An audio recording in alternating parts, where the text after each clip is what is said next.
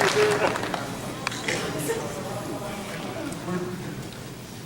short one, so give us a second. He's an artist, so maybe he's signing some of his sketches right now. I'd like it. Denim?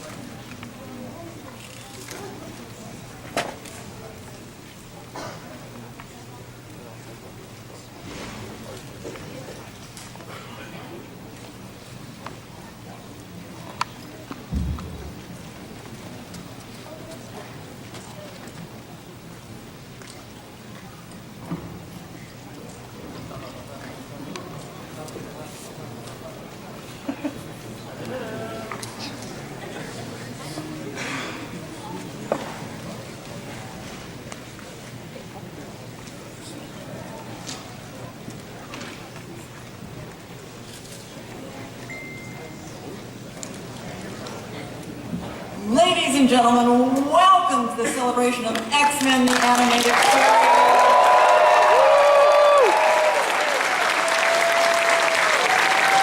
I don't want to say it's been 25 years, but it has been 25 years. I was one of the writers on the show. I'm going to try and herd the cats up here. I'm Julia Leewald, and I got to work on Days of Future Past Part 1.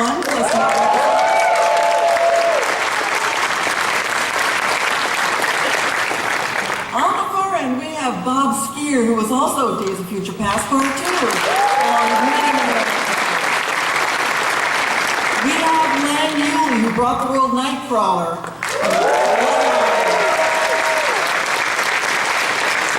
And we have before you Eric Leewald, who was the story guy showrunner for the 5-year series run. So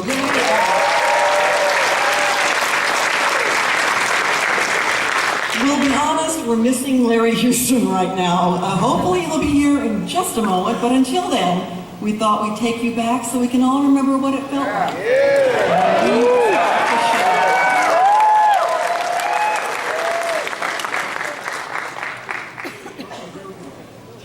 Ready?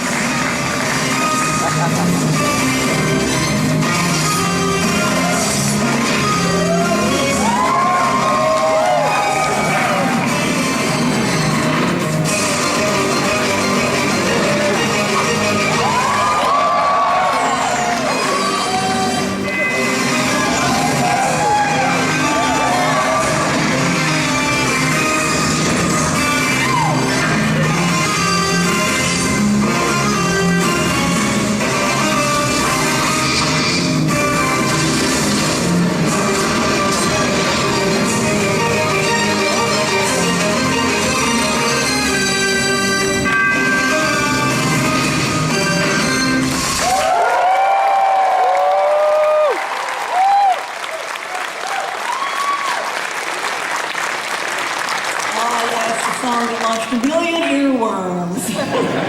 And we can all sing along, we all know the words. So before we get jumped into too deep here, Eric, you were going to give us a little slideshow to let folks know, remind us what it was like back when this show was getting started, and some of the things that we can't even quite believe were the case back then, such as snail mail, such as no internet, but what was happening in the world at that time and how the show began. Right. So, just as a first thing, okay, there we go.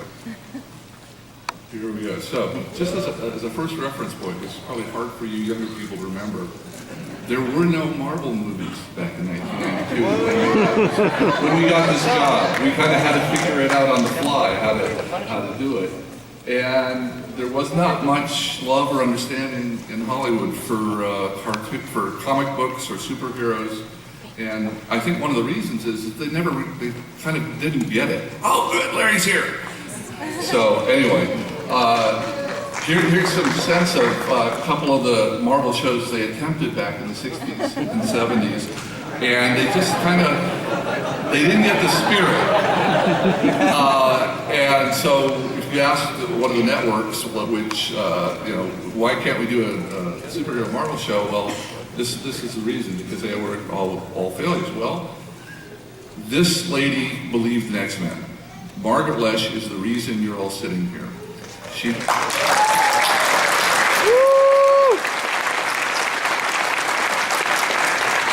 For 6 or 7 years, she worked at Marvel Productions, and she tried to get X-Men on the air, and the networks, the three big networks, which all there was back then, ABC, CBS, and NBC, just said, "Oh no, that's just for a bunch of comic book geeks. There aren't very many of them, and it'd never work. There's not enough audience. It's thought bubbles. Comic books don't work."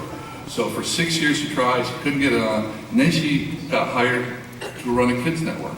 Fox started up, and it was a little bitty network. It's hard to imagine now. It was about half the size. It ran for about half the day, and then was dark. But she got there and she said, "Now I'm doing X-Men." And even then, her boss said, "Look, I don't get it. What are these adult stories you're trying to tell? I don't, our advertisers are going to hate this. The kids aren't going to watch this." And she says, "Look, I'll put my job on the line. If this doesn't work, I'll walk away." He said, "Okay, look, I hired you because I trust you," and he let her do it.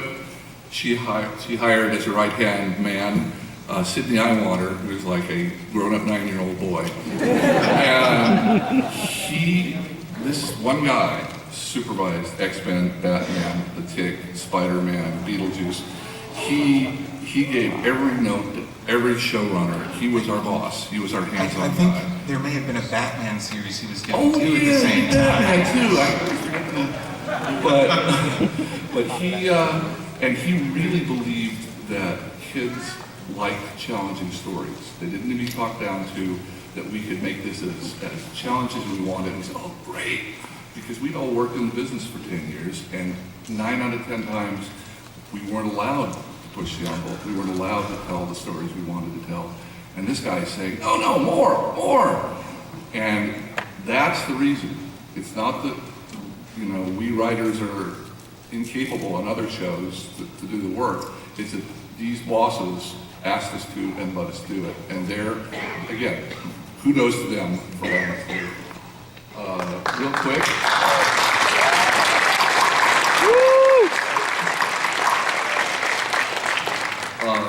Margaret and Sidney hired 4 people, like a couple days before the green light, the night before I got there. Anyway, they had Will Mineo and Larry Houston, who's here now. Hi, guys.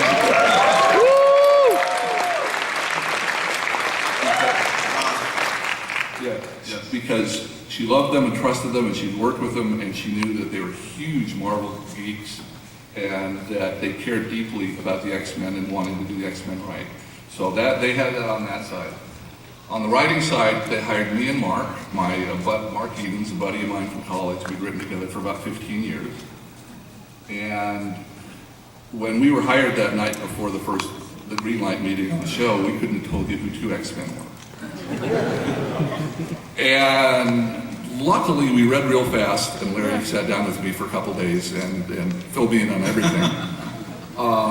And luckily, both of us came from a background of just loving telling heroic stories. So that's what we brought. They brought the incredible knowledge of the world of X-Men, and we brought the determination that if we get this one chance to do a more sophisticated show, we are just going to push it as far as we can. So, okay, a couple more here.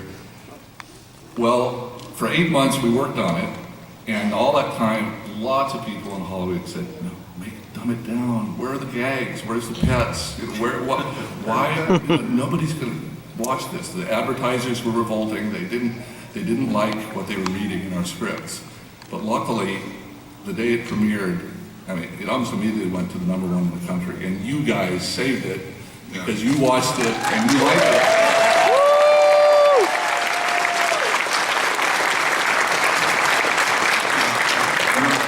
What I would say was that if you can imagine shooting a flare in the middle of at midnight, hoping someone would see what we had done, that's pretty much what we did, because there was no internet back then.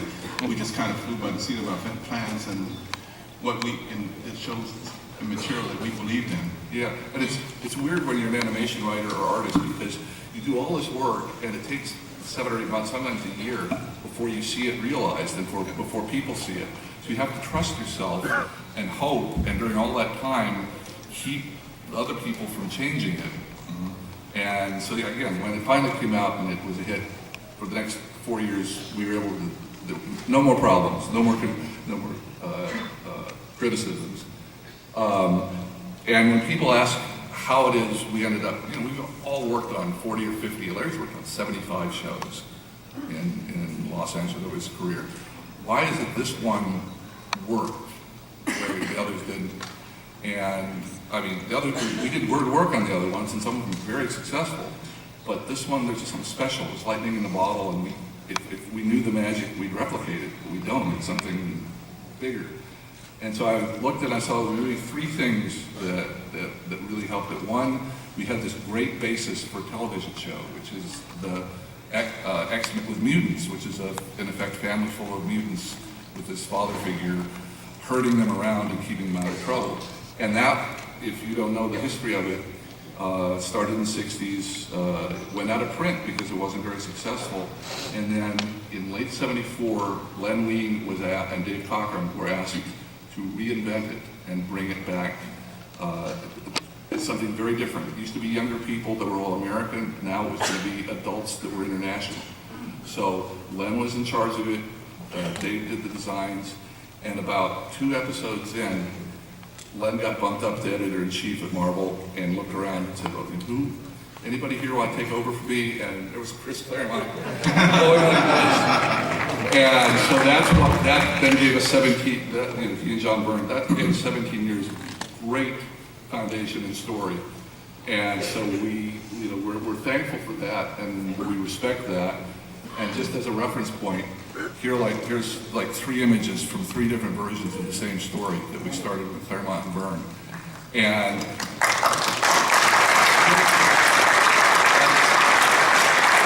as Julia mentioned, in our version, which as you can see in the storyboard, we hadn't even named Days of Future Past yet. We called it Future Tense until we were sure we were going to do it justice. She did the first half, Bob did the second half. They wrote it together. And so you can if you like that episode, you can thank them for that.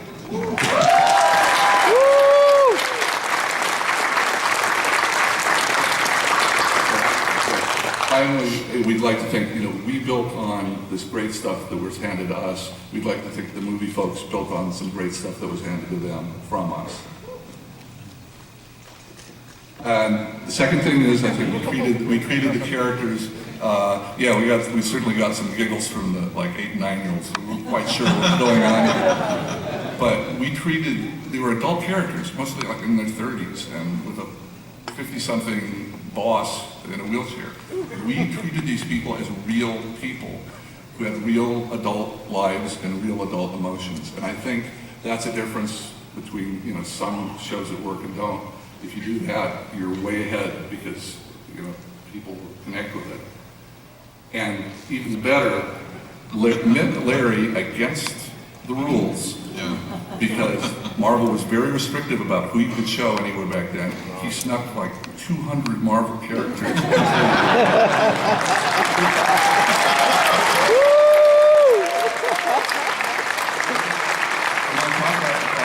How do you manage that, and how you got caught at first and then snuck around it? Yeah, the first time I tried to, back then Spider-Man was on the same network as X-Men, so I tried to put Spider-Man in a cameo in a shot, and I put it into the system, and it came back rejected. It's like, why can't I use Spider-Man? It's like, they didn't really give me a reason, they just said no.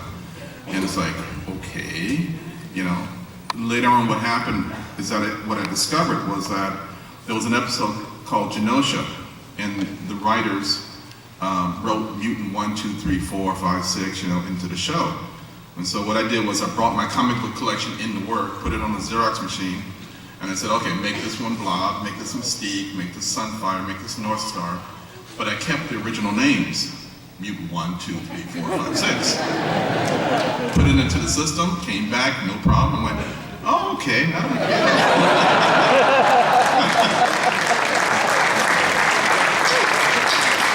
And so from that point forward, you know, all of these characters, I think Doctor Strange was mutant, magic mutant. Thor was a Norse mutant. Watcher was a alien mutant. Or everything was. Wasn't there a mutant in Africa at one point? Oh yeah, God, that's right. When it was in the Sanctuary Part 1 and 2, Magneto went to Africa, so I created this African mutant number 3, which was the Black Panther.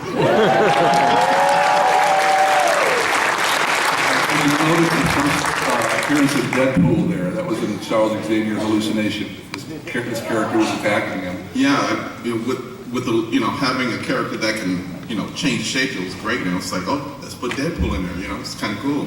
Put him in there, and I think Ghost Rider. Scooping ice cream at one point. yes. Ghost Rider. Howard the Duck is on my t-shirt. Yes. Yeah, I got a chance to sneak a lot of Marvel mythology into the show, just kind of like not the key being, don't call it what it really is. You know. You'll keep this a secret, won't you? We don't want Larry to get in trouble. The biggest one was I actually did get Spider-Man in, but I just got his hand in one shot. It was a shot of like, I think the world was coming to an end and all these heroes were saving people. And so I showed a chimney and a shadow of Spider-Man landing, and then you see the tank go like this. And it was just called Alien, I think they called him Mutant Hand or something. And I think, yeah, it's in the picture down there, yeah. And that was the only way, that's the only appearance of Spider-Man. I snuck him in later on, you know. It was your friendly neighborhood mutant. Yes. So for me, it was more, when I grew up reading the comic books, Marvel had very restricted circulation at the time. And so he would cross-pollinate his books, like you see Spider-Man, you see Thor go to the scene, and then he'd have a footnote saying like, if you want to see what Thor is going, buy Tales to Astonish number, blah, blah, blah. Now what he did was cross-promoting his books, but he actually created a connected universe, and I loved that as a kid. So when I did the X-Men, I decided to continue that tradition. You know, Spider-Man, they said no, but I found a way to get around it. But all these characters live in the same world, and it was Yes. really cool seeing that they all sort of lived in the same place. Yeah, my rule when I did that though was that I would add cameos, but only if it didn't, you know, disturb the original story. Right. So that if a person who didn't know the X-Men saw the scene, it wouldn't mean anything to them, but the fans would be able to pick up on who that character was and just, you know, make more excitement for the shows that we were making. That's the whole thing that you want to do, is make it a bonus for the fans and never at the detriment to the audience. Yeah. And so you've got a bunch of adults adding intense adult drama to a show, but also adding all this fun stuff because we knew everybody wanted to have fun at the same time, and we wanted to get audiences of all ages. Yeah. And this was certainly a highlight of it. Well, I'll finish this. Well, by the way, sorry, if you want to see another Easter egg sitting right in front of you, Doctor Strange is grabbing a book by Ditko. Right, it is. But Oh yeah, it was like that. oh, and Larry put the Sometimes artist. you can put an Easter egg inside an Easter egg. He used to put pictures of the artists and their names and his family's names. Oh yeah, just like if you had a random files, you know, you might say, you know, the Beast is going to get this one, but the other ones that are random, like Eric and you know, all of us. Yeah. You know. So I'll finish up this PowerPoint real quick. This was so much fun. We got slowed down. It's just like to say, the final thing, that was two of the fun things that were the reasons we think the show is successful. And a third one was, I think, we thought of the X-Men as a family. They're all these, in effect, outcasts that came into this foster family, and they bickered and fought like siblings do, but they had a loving father. And when we ended the series, it was losing their father and then going on. So that we thought that was a really appropriate way to tie the series up as they, wished him farewell. So that's good for that. And as we start talking down the line here too, would like for you guys to start thinking of some questions, and as we try not to go over here. If we have time for questions, we'd love to have you guys jump in when we sort of march through it over here. I was going to start with Len Uhley here, who did the Cold Comfort episodes and brought in Nightcrawler and also the Bloodlines. And talking about origins, we all like a good origin story, and X-Men allowed, over the course of the 5 years, an amount of time to go in and investigate and discover and find out who these people were, where they came from, and that. But Len, you had a real tricky assignment there with Nightcrawler. With Nightcrawler and the Iceman episode, the first Can you one stay I down wrote was until they're ready for the first questions? episode.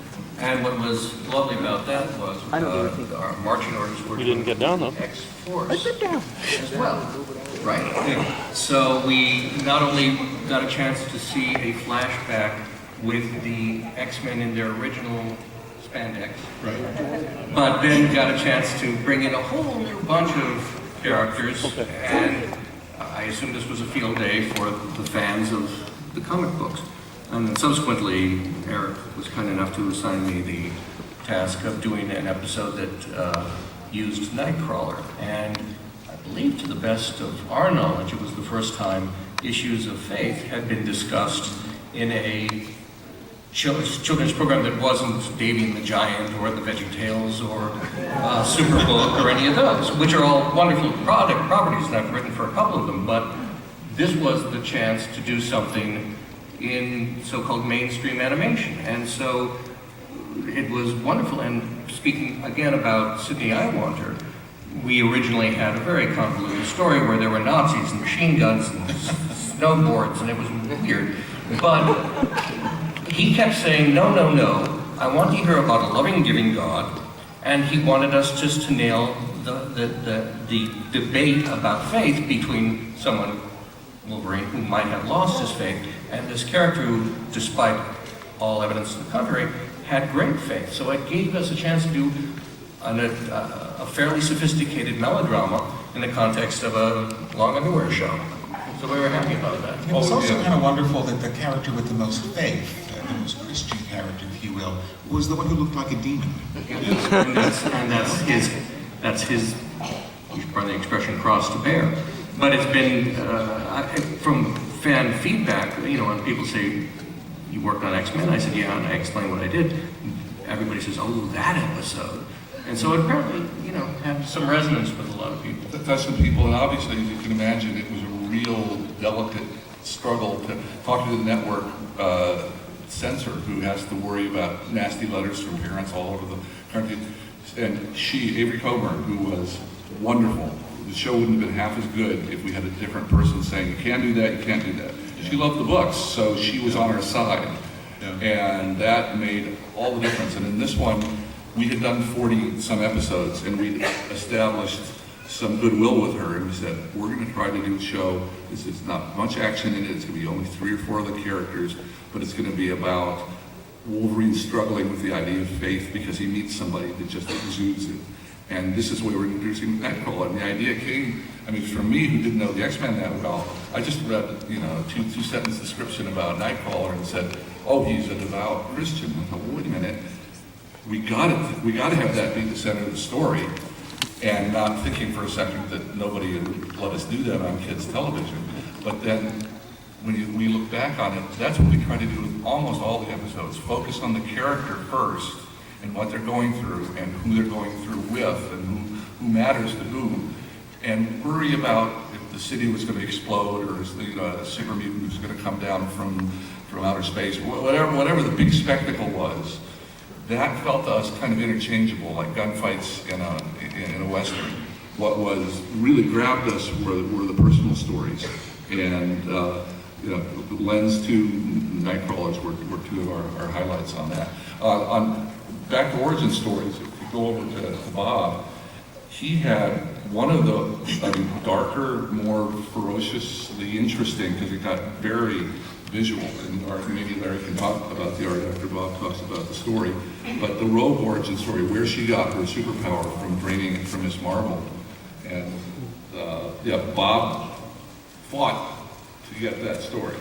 And so because he cared so much about the way it was portrayed in the books and wanted to get it right. So Bob, you want to talk about that? Yeah, I've always loved Rogue, and she had an origin in the comics that was talked about but never actually depicted. So I figured for our series, it would be a great opportunity to show this story that's never been told before. And we knew that she'd gotten her powers from Ms. Marvel, and we knew that she had been brought up by Mystique, but we'd never seen that in the comics portrayed. So in the series, for the first season, there were a lot of instances where we got Rogue a little wrong. Like at one point she was sitting next to Mystique in Genosha or something, and they didn't like respond to each other at all. And I'm like, well, they would have to. So I wanted to do an episode where by the end of the episode, Rogue was exactly the same character in the comics as she was in the animated series, and so we'd all sync up completely incorrectly.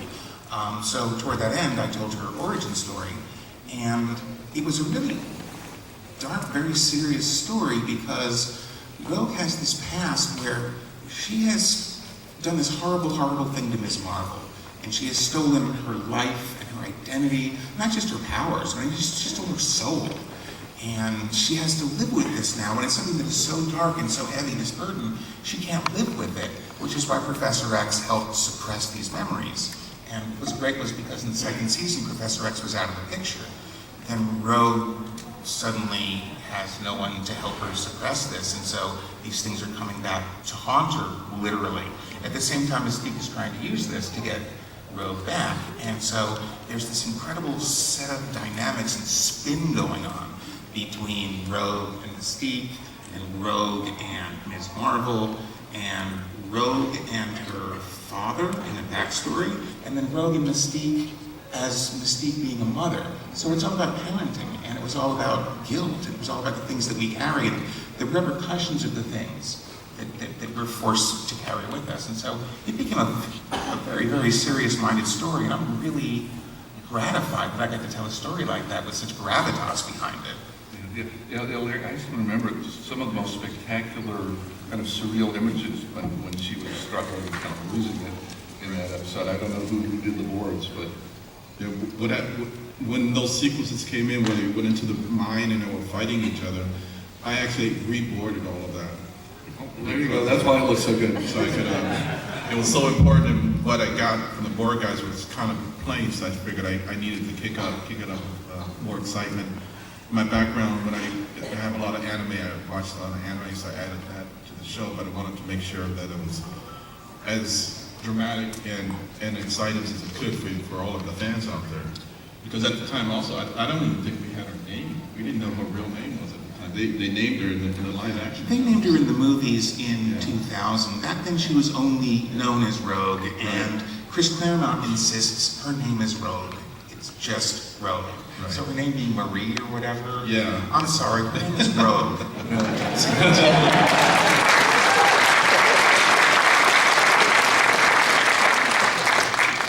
So we are here because you are here, but we are also here because of the talented voice folks who can't be with us right now because they're all up in Toronto. Working. Yeah. No, they would have loved to come, but they couldn't quite make it down here. So we thought a fun thing here right now is we were going to, just because you wouldn't really have the opportunity to see their faces, to put a face to a name, to put a name to the voice, that's probably the thing you hear in your head when you look at an image or read a comic book these days. So Eric's going to give us that. But we thought it'd also be fun, by applause, let us hear when your favorite one comes up here. Everybody asks us our favorite character, our favorite X-Men. So now you guys get to vote. So if your favorite comes up, you can clap for more than one, but when yours comes up, be sure to clap, and we'll let them know. We'll let them know who won. Eric, I don't know if I have a favorite X-Men. Well, Namor the Submariner. Anyway, I figure a few of you have favorite X-Men, so let's go ahead and get that started, shall we? With yeah, okay, we got that up there. First one.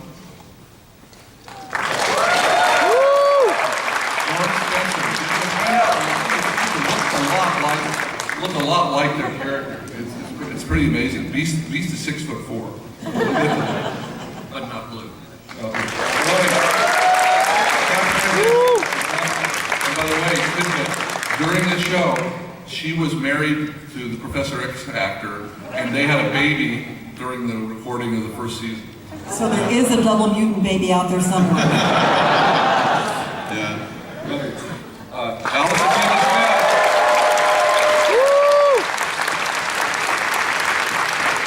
Allison is from Barbados. She happened to be up in Toronto working, and that's why she's got this incredibly rich voice. She's from the islands, and she's moved back. So again, thank you, Allison. George Booth.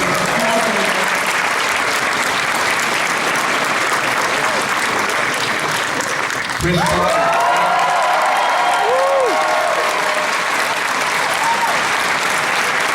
Allison Ford. Ron Rubin has more. In real life, he's crazier and more manic than Morpheus. Cedric Smith.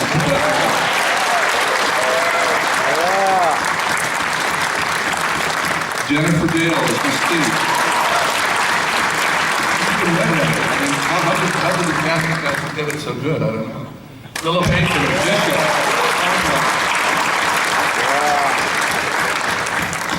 Lawrence Payne is Cable.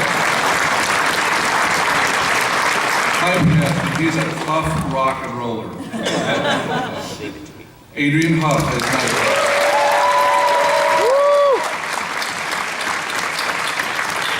We've only got a couple left here. Laura Zahn as Rogue. Guys, get this. She's a state senator from Nova Scotia. She makes laws. And if they don't agree with her, she throws a bus at them. First law is no Cajuns. And finally, Kel Dawes.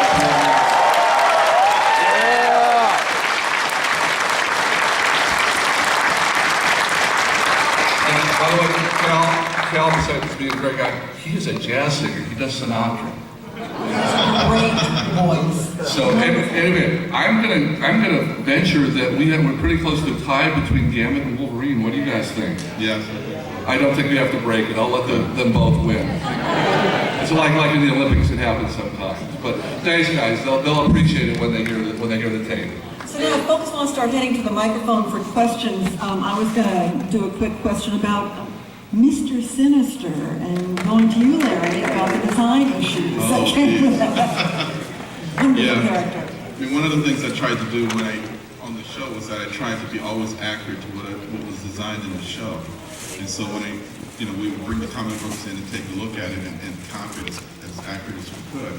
Well, with Sinister, he's got all of these lines, ribbing lines. They go here. He's got this rooster tail cape that, if you start doing this with a guy, you're going to kill an animator just doing a simple scene. And so what I did was, whenever the storyboard guys would draw it, I would take out any acting. So when you see him, he would just be in a shot and he wouldn't be moving, or he would be coming out of black into the light like Dracula. And so I kept him basically still so that the animators could do all the detail, all the shading and stuff and make him work. But it wouldn't kill him to do the shot, and that's one way I handled him, because he was like, I didn't want to lose the detail that I wanted to make sure it looked like the character, but I had to, tone it down. One of the things in the series that was kind of amazing was, in a lot of shows, they do everything to kind of simplify everything for the sake of animation. And for this series, they went the other way, and they did everything they could to make the designs as close to what Jim Lee had designed for the costumes at the time. So these really intricate costumes that were from the source material, and Larry and the team were really true to it, and we wound up with incredible costumes and incredible detail that was completely consistent with what people liked in the books. Yeah, myself and the crew that I was working with, I have to admit, we're all fanboys.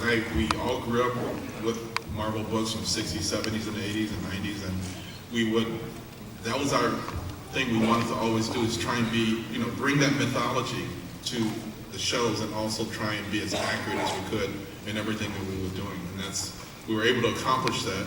And with me, because I had about maybe, what does that be? That would be from 1980. I had about 12 years of experience in animation before the X-Men hit.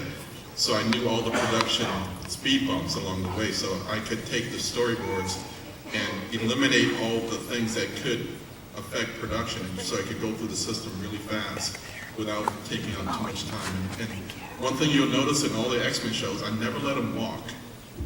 You'll notice that let's go somewhere, and then you cut to the jets going somewhere. They never walked. Because like Batman would have these great scenes, the door opens, you get the long shadows, and the guy creeps in. And those are perfectly fine, because that's what the scene demands. But we had a group of 8 people. You don't want to have an animate 8 people walking across the scene. Well, it brings to mind the Scooby-Doo walk cycle. Oh, geez. Oh, man. Yeah, speaking of Scooby-Doo walk cycle, real quickly on Jim Lee's amazing, there were a dozen artists that we could have picked from to model what we simplified for animation. Larry and Will Mineo simplified for animation when they designed the show. And we all agreed Jim Lee's was the closest to what we felt would be best specifically for animation. And there's an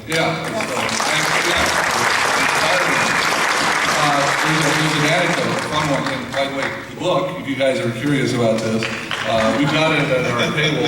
It's 450 pages of fun stories and interviews with all the cast and the crew and the writers and the artists and everybody. I think we're being a little modest there. Basically what the book is if you got the ultimate Blu-ray and it had running commentaries for every episode and a character, it would cover half the material that's in that book. Yeah. So And we're hoping that the title reaches out to you all because it is called Previously on X-Men. I'm making it an animation. Real quick, just one of the fun, couple hundred fun stories in the book. We all know how well Jim Lee's based design worked for the show. Well, we were a couple months in and everything had been drawn and the world had been created. And we got a call from Marvel saying, no, you gotta throw that all out. You can't use anything that looks like Jim Lee's work. Sorry. End of discussion. And what? I mean, this is right. We've looked at everything and we're behind as it is. We can't trash 2 months worth of work. We've got deadlines to meet. And we found out it was because Jim and the other guys had just left the Formed Image. And Marvel, being a company, said, well, we don't want to support these people who just left us. Forget them. You have to do different. So our buddy, Will Mineo, who you saw the picture of, who was kind of handled 80% of the tough politics and dealing with Marvel and dealing with the network, he said, okay, fine. Because he and Larry, they'd done the design. He did a revision. He did a set of designs that basically looked like Scooby-Doo, Hanna-Barbera, 1971, of the X-Men, looking just so goofy you wanted to fall over. God, I want to see that. Yeah, I know. I wish. And so what he did was he sent it in to Marvel and Fox and the production company and people overseas as if in a straight look. Here it is. Here you wanted a different look. Here's a different look. As if you were serious. And everybody went batshit. Everybody went crazy. Oh no, this here. So Marvel got okay. You can do the Jim Lee. Okay, but that's the kind of okay. I'm putting my job on the line. It's right now. We're not going to change it. I don't care about your politics with one of your artists leaving. It needs to look like this, and if you don't like it this way, you're going to get Scooby-Doo. Never play poker with Will. Yeah. So are we seeing questions out there? Yeah, we're ready for some questions. Okay. Hello, my name is Daniel. I watched every episode of X-Men. I grew up with it, and it was just awesome beyond. I thank you all. And tomorrow's my birthday. It's so awesome to have this panel today. Yeah. Yeah, my question is for Len Uhley about just like the Nightcrawler episode was awesome. At the very end, you see Wolverine like praying and reading the Bible. It's just something you're not used to seeing Wolverine doing, you know? I was like, what inspired you to write that scene, and do you yourself like read the Bible sometimes? You're a fan?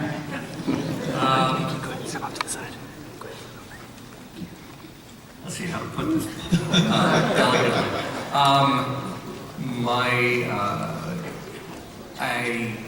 How to put this? How much time do you spend at church? My wife and I met at church, okay? So I I was sufficiently conversant in the lingo. I cannot say by any stretch that I am a Bible scholar. That would be a lie.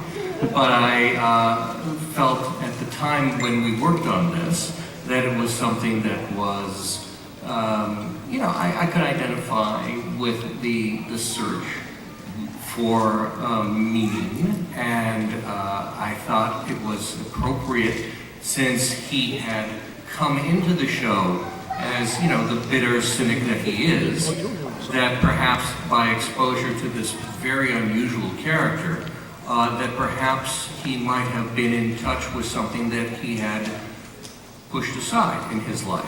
So it seemed appropriate that this character of profound faith would be open to revisiting something from his past. Yeah. Okay, next. Thank you. Hi, Carlos from Long Beach. My question is on the U.S. ending. I always noticed that there was you showed the X-Men and then their powers, and you had one for everyone except Jubilee. I was wondering if that was by design. No, she's there, but they It always cut off. Yeah. cut it They cut off. But we actually, no, it was done, but they cut it off the credits. Yeah, so this is an odd thing where you deal with the politics of network television. Will and Larry, we were told when we were doing the show, this is going to be too complicated. None of the kids are going to remember all these characters, or too many powers, or too much. So Will said, look, I got this cool thing. I will put them at the end with their powers listed and have them circle. And if you saw the show when it first came out, for about 10 weeks, you'd see all the different characters, kind of a 3D, which is very expensive at the time, a 3D version of them gently circling with their powers listed underneath. Then somebody got worried and said, "Oh, this looks like you're trying to sell toys." Yeah. It looked like a toy commercial. And they made us cut them out and stop doing it. So the intent was to remind the audience, oh, this is what Rogue does, this is what Cyclops does, and why, and who he is. And we had to take it off because of the fear that it looked like we were doing a commercial. There are severe prohibitions against using animated shows, cartoon shows as There advertisements. are laws against it. Yeah. And the irony is and that left enough also, room for another commercial, right? Yeah, so yeah, that's right. The irony is cutting that out probably left room for another actual commercial. Right, but you can find that footage either on YouTube, because I've seen it, or on the VHS cassettes.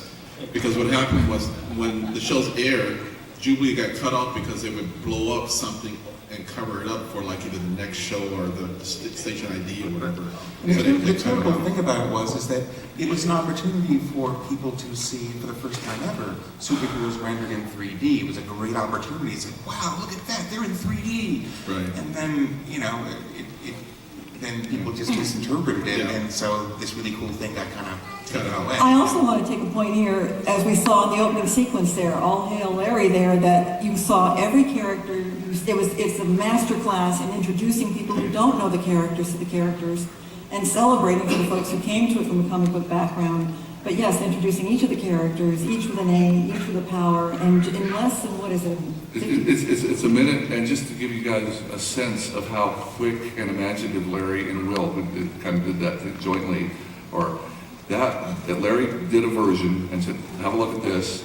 Margaret Lesh gave a few notes, and he and Will did a short polish on it, and that's what you see. That was like the first thing out of their mind, and you see one of the best title sequences in the history of television.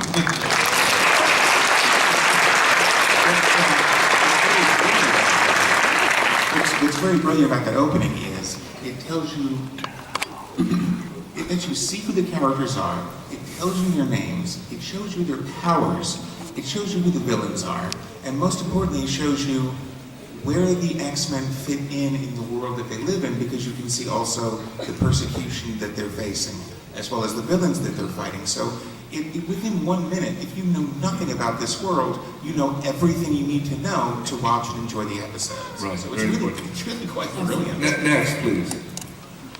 Hi. Question is, in the mid-90s when a live-action X-Men movie was struggling to get into production, were you ever asked about bringing material of your own to it? Okay, well, a little bit. It wasn't in the mid-90s, but when the first X-Men movie came out in 2000,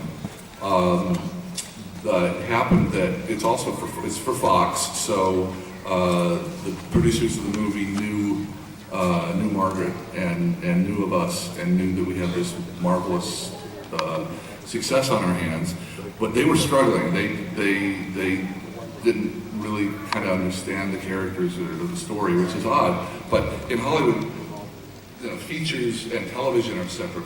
Forget features and animated television. It would never occur to them to talk to us. And even though we just lived with these characters for 5 years, it's like we're a different species of writer than they are. And we try to tell them, look, the Phoenix Saga is a 110-minute story. We know how to tell movies. But that aside, what had happened, we did get, Will and I don't know if Larry did, Will and I got an early script for the movie, about 6 months before it came out. So pretty close to the start of production. And it was pretty bad. It really wasn't an X-Men story. And so I gave 5 or 6 single-space notes about what I changed. Will did the same thing. And they thanked us, and that was cool. And they adjusted some of the things we suggested. And in the interim, it may not be much public knowledge, but Joss Whedon did a pass on that script. And later, just before they were starting production, I went in to look at that one to maybe give some notes. And I just read it and said, I wouldn't change a thing, it's perfect. So they had some people work on it between the first writer and then the final guy, David Hayter, who's a nice guy, and who deserves credit for doing the final draft and getting everything the way it was. But it was a long and bumpy production to get that first story to where it worked for the movie. They actually were trying to get an X-Men movie off the ground since 1990. And actually, when I came out to California in 1983, I started going to film school at UCLA, my dream was to write an X-Men movie. And in 1990, I sat down and wrote an X-Men screenplay, specifically because I saw the Batman movie and didn't love how that turned out. Then they had the Teenage Mutant Ninja Turtle movie came out, and everybody in the world knew what mutants were. They were turtles who yelled cowabunga and ate someday someone's going to find the X-Men and they're going to make a hash of it.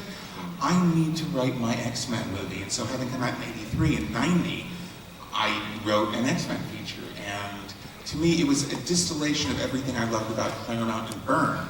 So if you ever want to see a screenplay based on that, that's what I wrote. If you got $80 million, just talk to Bob.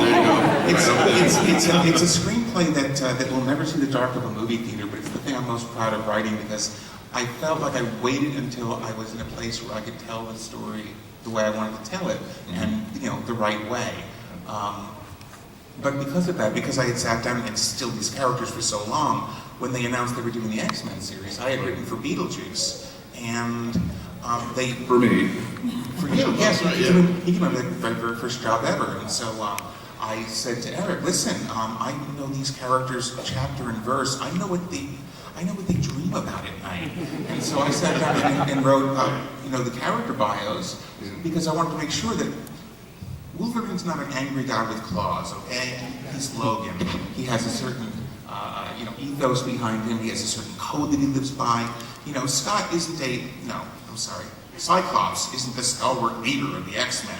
He's Scott Summers. He's a guy who has demons. He's a guy who has the weight of the world on his shoulders because he is Professor X's sort of surrogate son, and the whole dream that Professor X has is on his shoulders. And so it's all about how these characters all relate to each other. And so these characters were so important to me. This world was so important to me.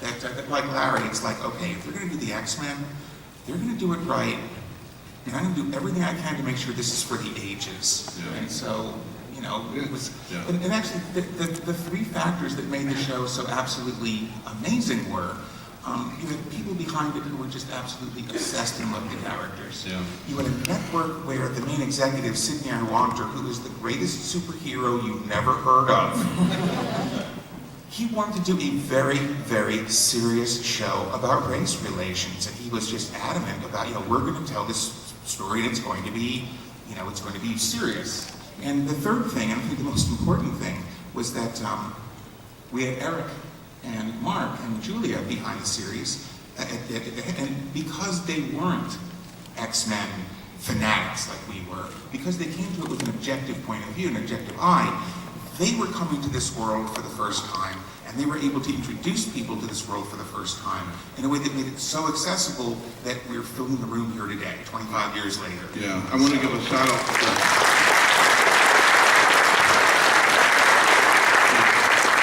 Well, I want to give a shout out to Eric and Julia because, and Lynn and Bob, because basically you guys elevated the level of writing and literature for all the kids and for a generation. And instead of writing down the kids, they wrote up here so that the material was really rich with material, with the character and the story. And that the subtext, you know, if you didn't understand it when you were here, you did understand it on multiple viewings later on. So I always want to give a shout out. It's like Rocky and Wolverine. When you sat down there with Rocky and Bullwinkle as a kid, you didn't get any of the jokes. You just know these adventures of Rocky and Bullwinkle. And then when you watch it as an adult, it's like, oh my God, there's this incredible humor here you just didn't see before. Yeah. And the thing about the shows is, yeah, when you come back later, you appreciate it on a whole different level. Yeah. Do we have another question out there? Another question. Oh, my name is Ray. Thanks so much for bringing in the X-Men cartoon back in the 90s. Quick question. You mentioned about adding certain Marvel characters as Easter eggs to this weekend. So my question is, have there any of those other Marvel characters you wanted to have directly involved in the X-Men that weren't later to be used in shows like Spider-Man? Are you talking about the Easter eggs added to the X-Men show? Yeah, any characters directly involved in the X-Men cartoon? What I tried to add to the show was just, it was just, I didn't have any logic behind it. It was more like, It came this from would the be fun heart. to put this here, it'd be fun to put that here. Oh yeah, let me put, Nick Fury and the rest of the guys watching Magneto talk, you know, blah, blah, blah, blah, blah, and just cut to all these different Marvel characters listening to him give this dialogue, you know. Well, oftentimes you'll have characters that are just sort of like generic characters. You know, we need a waiter in the background. It's like, Right. okay, well now an artist has to sit down and design a waiter. Yeah. Well, instead of using designing a waiter, hey, why don't we use Sydney? So Yeah, Sydney shows up as a waiter in their That's restaurant. true, yeah. They made a Fox executive a waiter for sure. But this just shows you, this is all about, we were very serious about our work and we're professionals and we meet our deadlines and we do our very best. But on the 9th hour and we're cranking on a script or he's cranking on a storyboard, you inject fun and play because you know it makes you happy and it makes you laugh. And with luck, it gets across, a year later, it gets across to the people that see the show. And, we've been involved in projects where they would just crush the life out of that. Yeah. And they wouldn't let you just stray. What's all this stuff on the side that you're putting in? And luckily, we were at Fox, they were very supportive. They said, oh yeah, the fans are gonna love that. Go to town, be my guest. So we got support on that as well. Yeah. We're coming to the end of some time here, but I just wanted to find out by applause here. Some of you grew up with the show and are now a little bit older.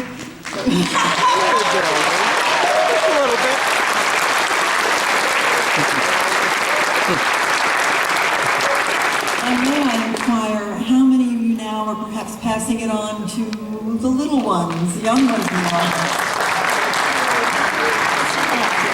That is so gratifying and so satisfying for us. Again, at the time, quick note, Fox didn't have faith that the show would last beyond the first season, so Eric was hired for 13 episodes and then bye-bye. Larry and Sue, everybody, they were sure it was going to fail, so we finished our work and took other jobs. Yeah, we were out the door. We didn't know if, back then, no internet. We had no idea that they didn't give us any information, so we were looking for our next job. That mystifies me because when we were finished with the first season, I'm thinking, we're going to make this show until we're tired of making it. I mean, there's no way this can find anything but the biggest audience ever. I knew that you guys were out there. We got time for one last question, though. You have one. One last question. Yeah, I just wanted to ask Larry or Eric, talk about maybe captive art parts a little bit, adapt any love triangles. Sure. Nice. That was actually... That was Bob. That was Bob's. I think it was Bob's idea. Yeah. That was my episode, and in the comics they had hinted a couple of times that Wolverine had a thing for Jean. It happened like once or twice. It was always after she died, but she was presumed dead. Wolverine would be like, Jean, I had plans for us. And then she came back to life and he would never pursue her, and I'm like, why doesn't he do that? And so I thought it would be really fun because Wolverine likes sticking it to Scott. He likes sticking it to Scott. So it's like, well, the best way to stick it to somebody is go after his girlfriend. And I realized, well, you know, Wolverine has a thing for Jean. Why don't we just do this as a love triangle? And what ultimately happened was that became the core of the mythology of the comics because they then introduced it to the comics. And then if you watch the films, it's completely at the center of it. So every time I see Wolverine and Jean together, I think, okay, here's the thing is, I was such a huge fan of his characters. And I got to introduce something that changed the characters forever. And so if there's any takeaway for you guys out there, if you love something and you pursue it, you can actually become part of it and contribute to it, which I think was the greatest gift I ever got. And I just want to thank you guys because I loved the episode.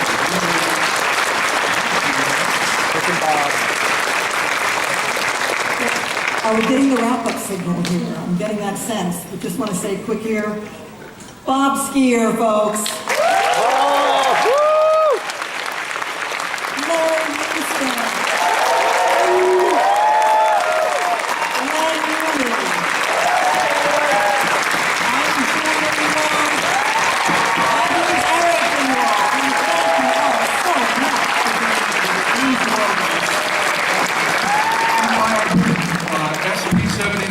We've got about 100 of these left, so if you want to look and learn more about it, swing on by.